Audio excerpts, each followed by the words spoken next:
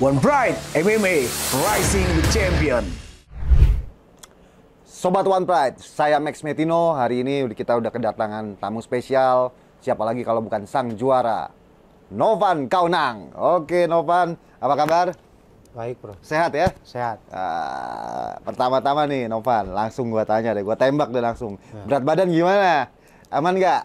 Berat badan ya cukup aman karena sisa ons ya paling minum-minum dikit, sekilo lah. Masih sekilo Masih ya? mau turunin sekilo lagi. Oke, aman lah ya.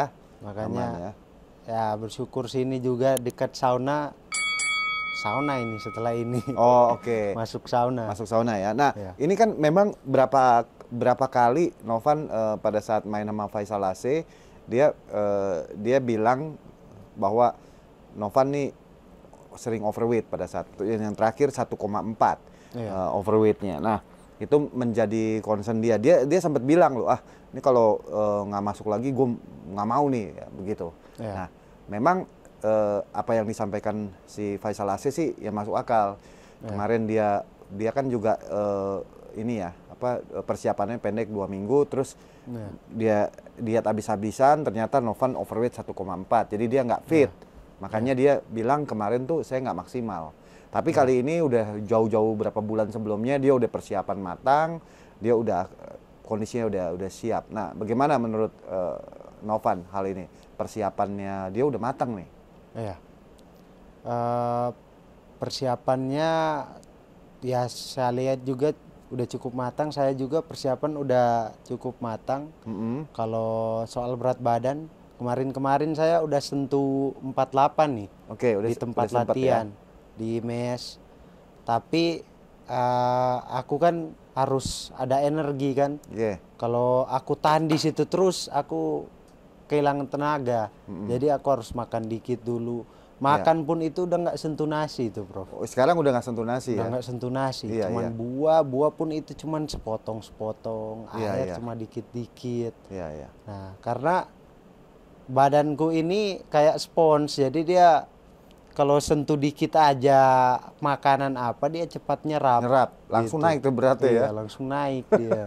Jadi kadang itu yang bikin ya stres juga sih. Cuman kadang Oke. kita kan butuh tenang, kalau kita stres agak sulit juga turunin. Ya, itu apakah artinya ini bahwa Novan tuh harusnya naik di kelas di atasnya? Iya. Ya mungkin Prof, untuk snacks-nya mungkin saya udah harus di 52 karena saya juga kan harus profesional. Kalau Oke. 52 saya ini pasti masuk terus berat saya. Nah, ngomong mengenai itu, ini kan title defense yang kedua. 2. Apa nggak mau tahan satu lagi, title defense ketiga untuk mendapatkan sabuk abadi? Apa mau langsung naik? Memang ya tujuannya dari pelatih juga bilang kayak gitu. Oke. Cuman ya saya sendiri itu kadang nggak bisa makan saya, Prof. Oke. Karena saya harus main-main di 48 ini terus. Oh, Kadang oke. saya juga harus memikirkan kesehatan saya. Oke, seperti yang Faisal bilang. Iya, betul. Kadang kalau di 52 saya masih bisa makan enak justru. Oke, Karena gitu ya. laporan berat ke main di strawweight itu Iya. kadang seminggu terakhir itu yang saya tahu 54,2 itu masih aman lah. Iya, iya, Tapi betul. kalau di 48 itu laporan terakhir itu 50. Waduh. Iya Itu memang. dia, Bro. Iya, sebenarnya kita melakukan pemantauan supaya nggak banyak yang over. Iya. Karena begini, menurut saya ya, ini sih bukan saya mau menyudutkan Novan ya. Iya.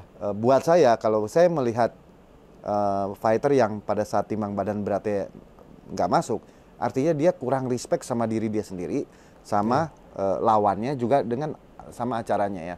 Iya. Jadi sebagai seorang petarung profesional, dia harus bertanggung jawab dengan berat badan itu. Iya. Karena lawannya mati-matian untuk masuk ke berat itu. Iya. Kalau kita nggak masuk, itu rasanya kurang sportif, kurang fair. Jadi makanya kan Faisal udah wanti-wanti ngomong bahwa, wah harus masuk loh, kalau nggak masuk gue udah males nih gitu. Iya. Dia sampai ngomong kayak gitu. Nah, kira-kira aman ya Iya. untuk Novan sendiri untuk berat badan ya. Iya. Gitu. Ya, memang harus masuk nih Novan. Iya. Harus masuk gitu loh. Karena itu dia, Prof. Balik ke tadi, aku memang nextnya udah harus naik ke 52 karena untuk menghormati lawan saya juga udah Oke. sulit-sulit mereka Oke. turunin berat, makanya aku juga ini ada resiko juga sebenarnya Oke. kalau main di Atom ini. Orang kita over lebih dari toleransi aja kita bisa kena blacklist kan. Oke. Nah, makanya untuk nextnya saya nggak mau ambil resiko. Oke. Berarti Karena- nanti bakal naik dong ya? Iya, sudah pasti itu bakal naik karena pelatih memang suruh saya sabuk abadi dulu deh. Tapi kan balik ke saya lebih tahu tubuh saya. Oke. Kadang kita juga harus bijak juga ke tubuh kita. Kalau Iya. kita dengar juga orang bilang ke kita, kalau kita jadi apa-apa kan, ya mereka paling ya cuma Resikonya, lihat iya, aja iya, ya. iya, resikonya ya.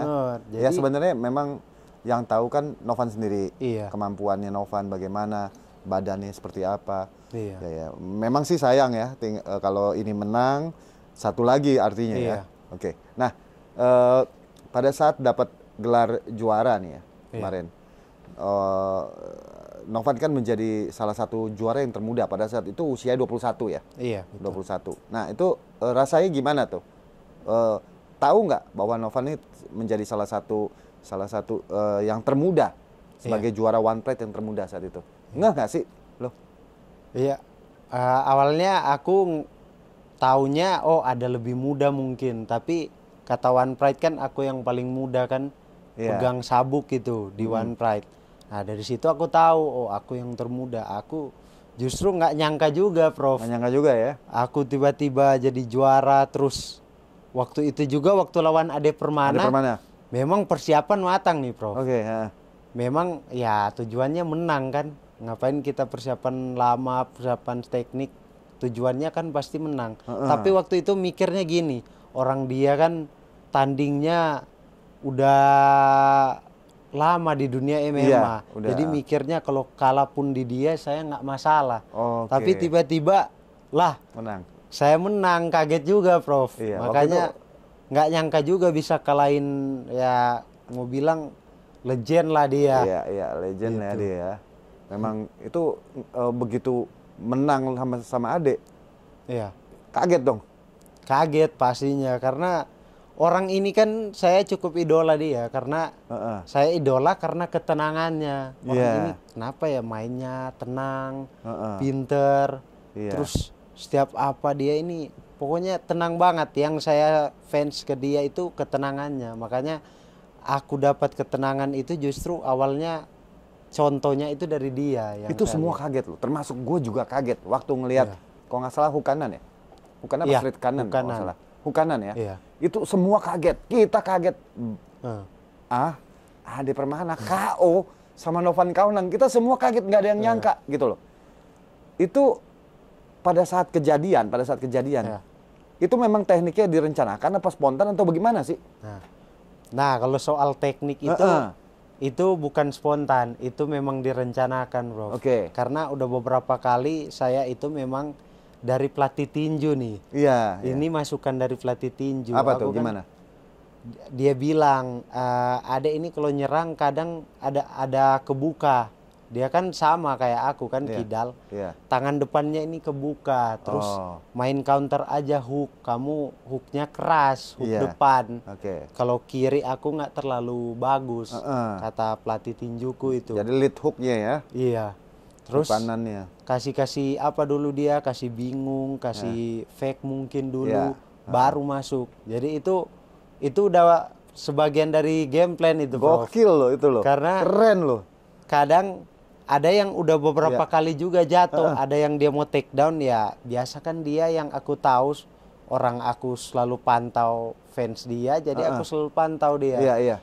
Dia setiap masuk kaki depan itu pasti dia mau nangkap. Oh. Nah dari situ aku ambil kadang counter hook. Oke. Berapa kali, 2 kali mungkin waktu itu dia hampir Iya, kena counterku. Nah ketiga kali itu sama, dia bikin hal yang sama, kaki depan, tek, tapi dia nggak nangkap, tapi dia stuck di situ. Oke. Mundurnya itu agak sulit. Nah disitulah aku masuk strike dulu, baru aku hook, hook pakai kanan, lompat. Oke. Nah, disitulah kena. Di situ aku lihat dia jatuh. pas lihat juga dia agak linglung, nah di situ aku langsung ground and pound aja, Prof. Luar biasa, luar biasa. Memang itu suatu pengalaman yang sangat berharga dan mahal ya. Nah, sekarang kita ngomong tentang waktu lu pernah audisi ya. Lu pernah audisi ini MMA. Dan kalau nggak salah lu pernah gagal waktu itu ya.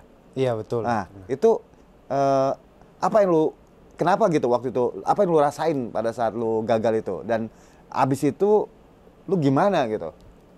Ya, aku waktu itu kan audisi ya bareng tim waktu itu, bareng tim, rame-rame kita datang audisi. Dari semua tim kita ini cuman satu yang lolos, kalau nggak salah itu Bobby Mantako yang lolos waktu Bobby itu. Mantako ya. Cuman dia yang lolos.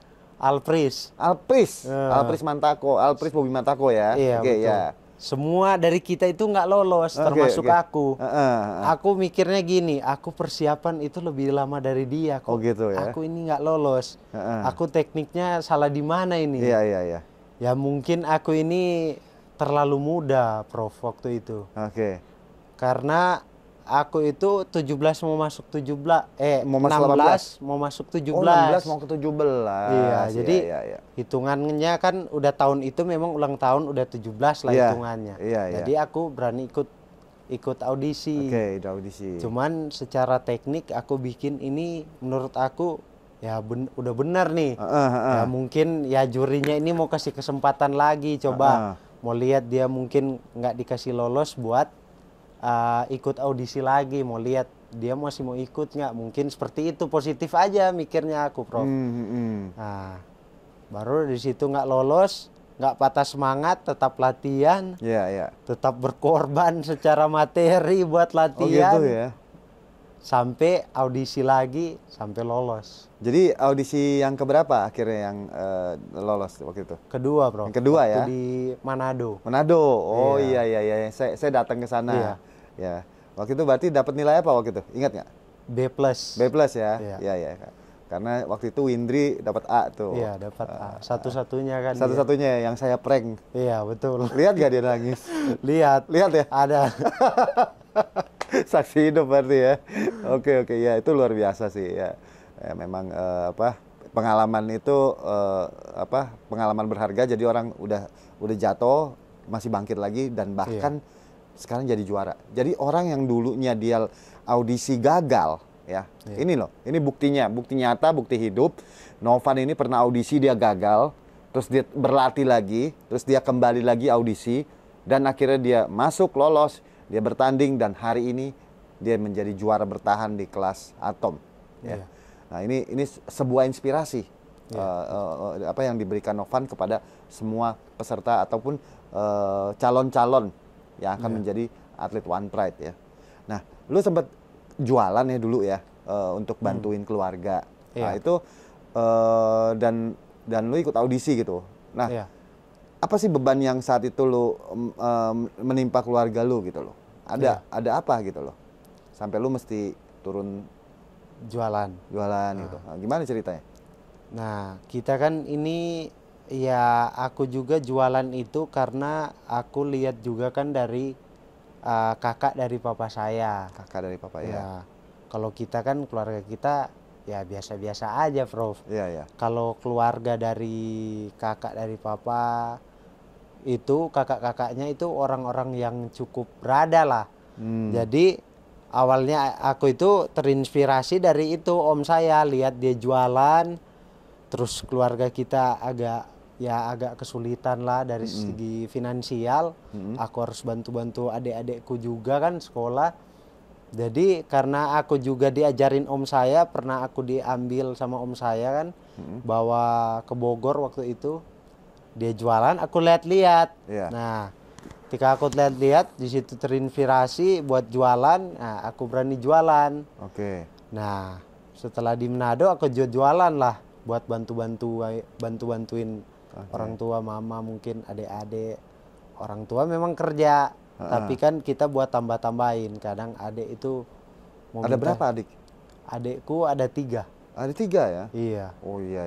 Kadang aku lihat juga, aku sebagai kakak paling tua, lihat adik-adikku kadang mau minta ini kan, kadang ya mungkin saya dengar, kadang saya di kamar ini dengar, oh mereka minta ke orang tua kadang, oh jangan dulu, ada mau buat ini. Iya, Aku iya, kadang iya. kasihan kan. Kasihan ya. Cobalah nanti Selisih aku berapa tahun cari. sih sama adik-adiknya?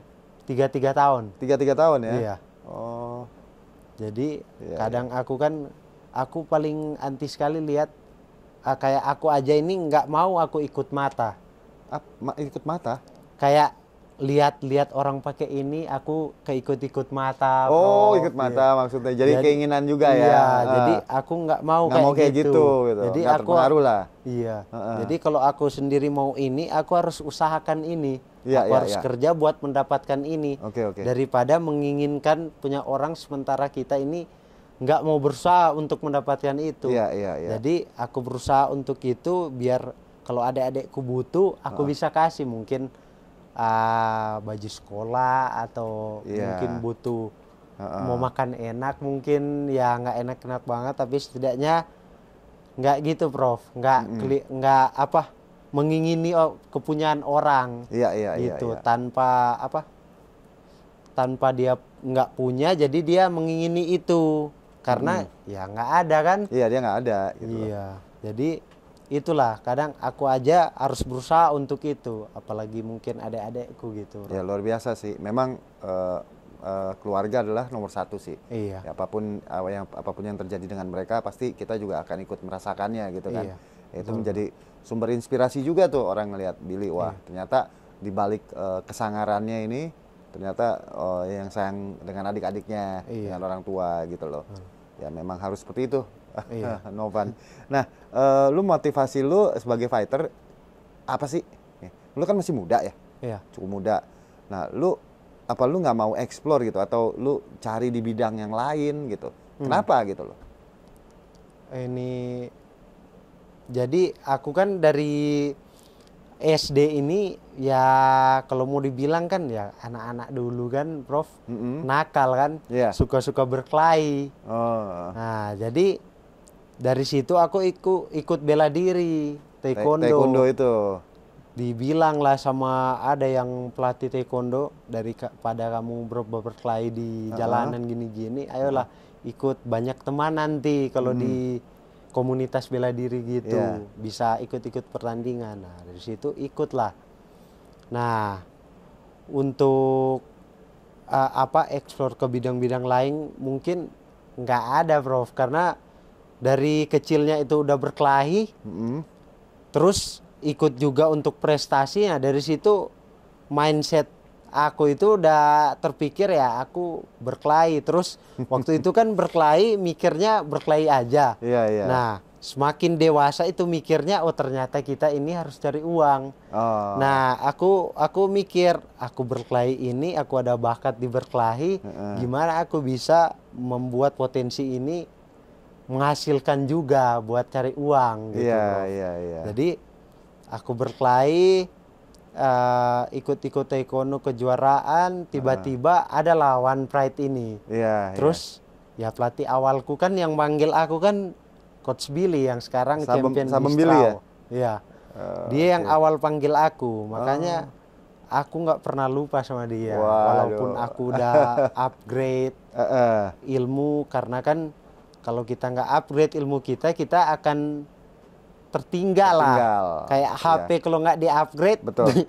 lama-lama tertinggal. Iya, Jadi iya, betul. upgrade, jadi Coach Billy juga mengerti itu, bilang kan aku mau upgrade gini-gini sambil mau kerja. Jadi dia itulah. Jadi kenapa tadi bilang motivasiku ini buat fighter ya karena memang dari basic awalnya ini suka berkelahi. Betul, betul. Sampai aku mikirnya gimana berkelahi ini bisa menghasilkan uang dan mungkin bisa ada masa depan. Ya, karena ya, kan mungkin di luar orang sana bilang, oh kamu setelah sekolah cobalah tambah kuliah biar ada masa depan. Ngapain jadi fighter nggak ada masa depan? Tapi mindsetku ini gini Prof. Gimana? Kalau mereka bilang gitu, aku justru mikirnya lain. Aku berkelahi nih, positif, terus dapat uang. Ya aku dapat uang, pinter-pinter lah ngatur uang itu. Mungkin kalau aku dapat dari tanding, sebagian aku sisihkan, mungkin putar uangnya jualan lagi atau udah ada jiwa bisnis juga nih. investasikan begitu, Prof. Iya, Karena kita kalau tanding terus mikirnya dapat sekarang terus misalnya dapat bulanan habis harian. Masa kita mau fight lagi? Gali lubang tutup lubang, gali lubang tutup lubang. Akhirnya suatu saat kita nggak juara lagi, sengsara kita nanti. Jadi kita mikirnya nggak kayak orang mikir, oh jadi petarung itu nggak ada masa depan.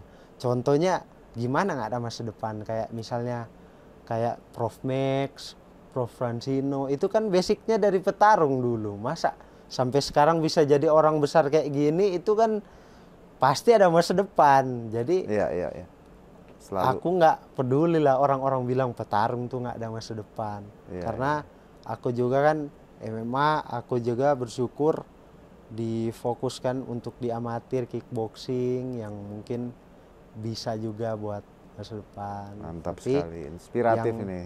paling penting motivasinya itu, Prof. Ya. Aku jadikan petarung ini ada masa depan buat aku.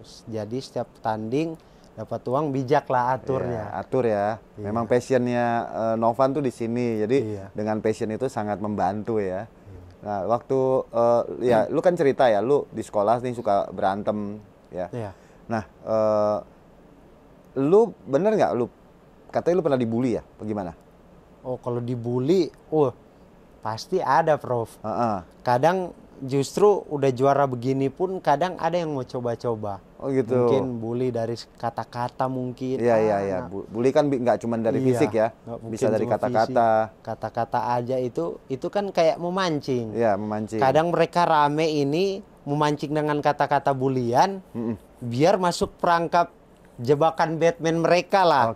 Kadang mereka pancing satu orang, aku udah mikir mereka ada 5. Kadang ini satu nih mancing, ketika aku terpancing 5 ini bisa kroyo pastinya. Gitu. Nah, jadi itu kan pada saat lu udah jadi juara gitu ya. Tapi kalau dulu waktu di sekolah ngalamin bully juga nggak? Oh ada pasti. Ada juga. Kakak-kakak kelas. Apa yang paling parah? Ya paling parah ya dipukulin pasti, Bro. Dipukulin? Iya, di apa? Sama kakak kelas dipukulin? Iya, dipukulin. Kadang gara-gara apa? Kadang main bola ini, main bola kasti. Bola kasti kadang misalnya aku kan tim-tim ini biasanya, Bro. Terus misalnya aku orang main bola kasti kan itu sering lempar-lempar kan. Iya, memang. Kadang aku lempar ke orangnya, ya dia nggak suka, dia tunggu selesai sekolah, pulang. Oh, jegat ya? Dihadanglah kita di depan. Iya. Dipukuli lah. Tapi emang Novannya sengaja mau lempar orang itu gitu? Itu pasti memang sengaja, Prof, karena permainannya kan seperti itu. Oh gitu. Cuman karena maksudnya sengaja nimpuk orang itu atau memang mau ke targetnya? Ke targetnya gitu. Oke. Berarti nggak salah ya? Iya, nggak salah. Tapi cuman ternyata dia emosi. Dia emosi lihat ini kan. Lah aku timpuknya kan sesuai peraturan permainan, aku timpuk. Keras kan? Iya. Nangislah dia. Nah, ketika nangis, kakak kelas dari tim dia itu nggak senang. Oh mungkin tunggu selesai pulang sekolah. Nah, dihadang lah aku. Terus dikeroyokin rame-rame? Nggak dikeroyokin, yang kakak kelas aja yang mukulin. Mukulin? Nggak ngelawan? Ya orang dia lebih besar waktu itu. Aku Bonyok juga cuman basic mental berkelahi aja. Jadi aku mikirnya nggak bakal mampu aku lawan dia. Kalah gitu ya? Iya, bakal bonyok. Kecuali bonyok, aku udah terlatih. Bonyok gitu? Ya benjol aja, Bro. Oke. Dipukulin gitu. Tapi sekarang nih masih ada yang bully dengan kata-kata kalau sekarang? Kalau sekarang justru banyak, Prof. Oh, justru banyak? Banyak. Tapi kita ini kan justru karena kita jadi champion ini kita harus pengendalian diri. Cuman nggak mau bilang itu siapa ini siapa. Sorry, itu yang tadi yang katanya kalau satu orang bully terus yang lain 4 siap-siap ngeroyok, itu kejadiannya setelah lu juara apa sebelum juara? Setelah juara, Bro. Malah ada yang begitu, mau mancing-mancing. Itu teman sendiri apa siapa gitu sih? Itu siapa? Kadang ada teman sendiri. Teman sendiri. Karena mungkin mereka jealous apa cemburu gitu atau gimana? Bisa saja, Bro. Ada kan kayak manusia kan kita nggak tahu apa. Senior. ada yang kadang senior, kadang gitu. kalau di kampungku teman-temanku yang gitu. Tapi ya gitu belum gitulah Prof. Pasti ada yang Novan kayak ada gitu. memang clash sama mereka, ada sejarah buruk dengan mereka atau memang pernah berantem atau gimana? Nggak ada sih Prof. Tapi kadang memang ada yang rese, komunitas-komunitas rese kayak gini. Kayak misalnya lihat aku nih yang agak berbeda mungkin. Mereka panggil keluar, aku nggak mau keluar kan, nggak biasa keluar. Atau kalau di kampungku mereka panggil lah, mau ayolah minum-minum gini-gini.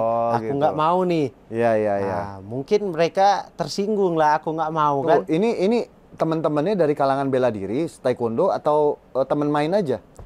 Ada yang teman main, ada yang dari Enggak, orang yang orang yang mau ngebully itu orang bela diri atau bukan orang bela diri? Kalau ini teman main ini. Teman main ya. Teman main. Kalau orang bela diri ya dimanapun lingkungan kita, Prof, pasti ada. Tetap ada. Tetap ada. Yang tadi Novan cerita ini bisa kalau dia terpancing 4 orang ini bisa ngeroyok, itu juga orang bela diri. Kalau orang bela diri mungkin.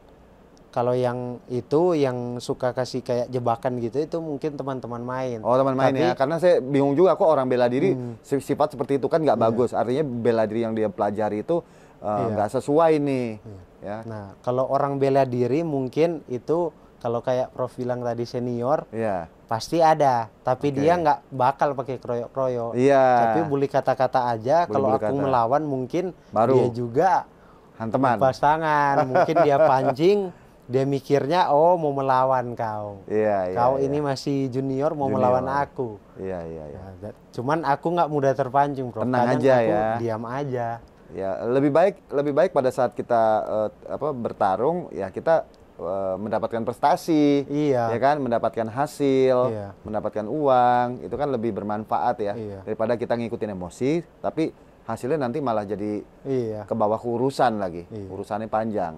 Ya lebih bagus sih seperti itu.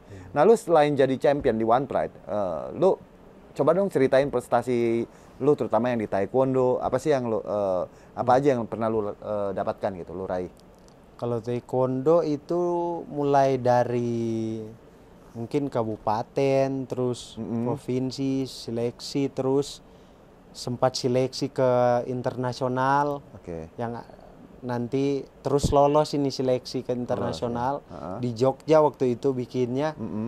Tapi ya kalau di daerah aku sering-sering juara nih, Prof.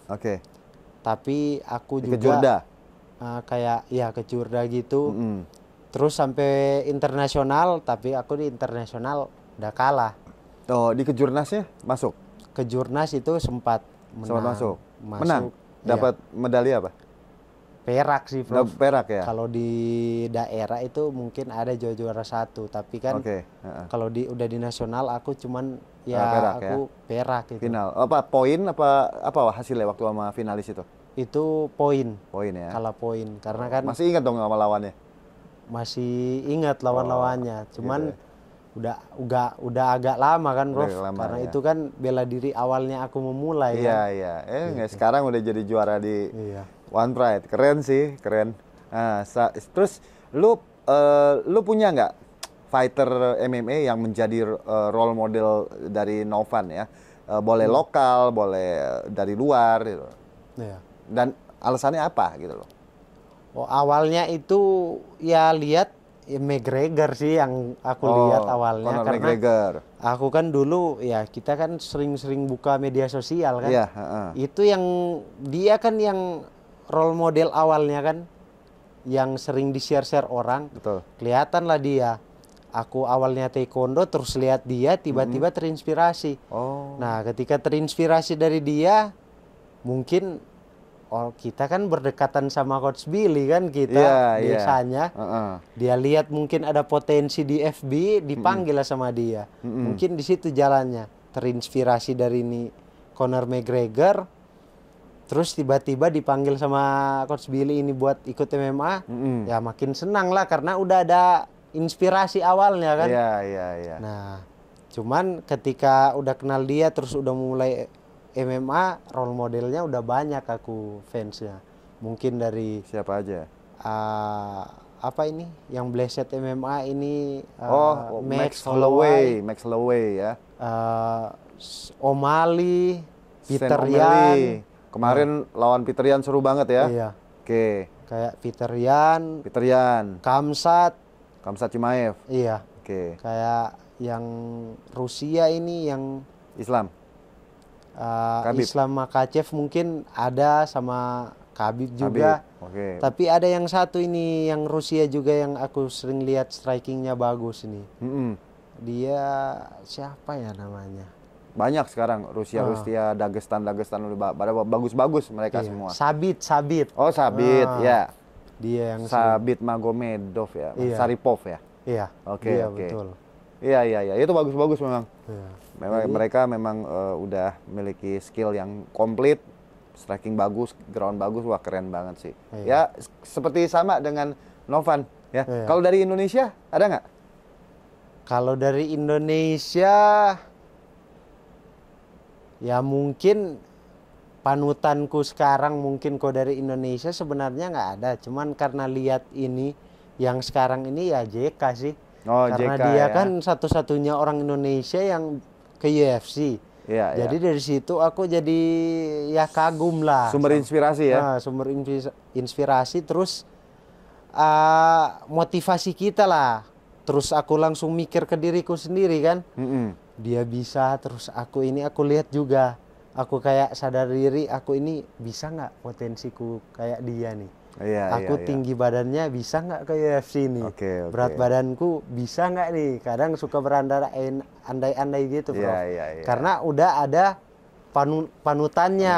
Apalagi melewati One Pride kan. Iya. Dia si JK ini. Jadi ya aku ini bakal loyal lah di One Pride untuk suatu saat mungkin bisa untuk melewati itu ya. One Pride ke sana. Ya amin ya. Amin, Apa bro. sih yang penting kan kita ngimpi boleh setinggi apapun ya, boleh Iya. setinggi langit ya kan. Dan tentunya dibarengi dengan kerja keras dan doa, pastinya apapun ya insya Allah bisa tercapai lah seperti itu. Nah, memang luar biasa sih. Nah, waktu itu lu kan terakhir lawan Ucu ya? Iya. Nah, lawan Ucu. Terus lu menang sama Ucu. Dan di situ ada beberapa netizen yang ngomong bahwa kafir lagi nih yang menang.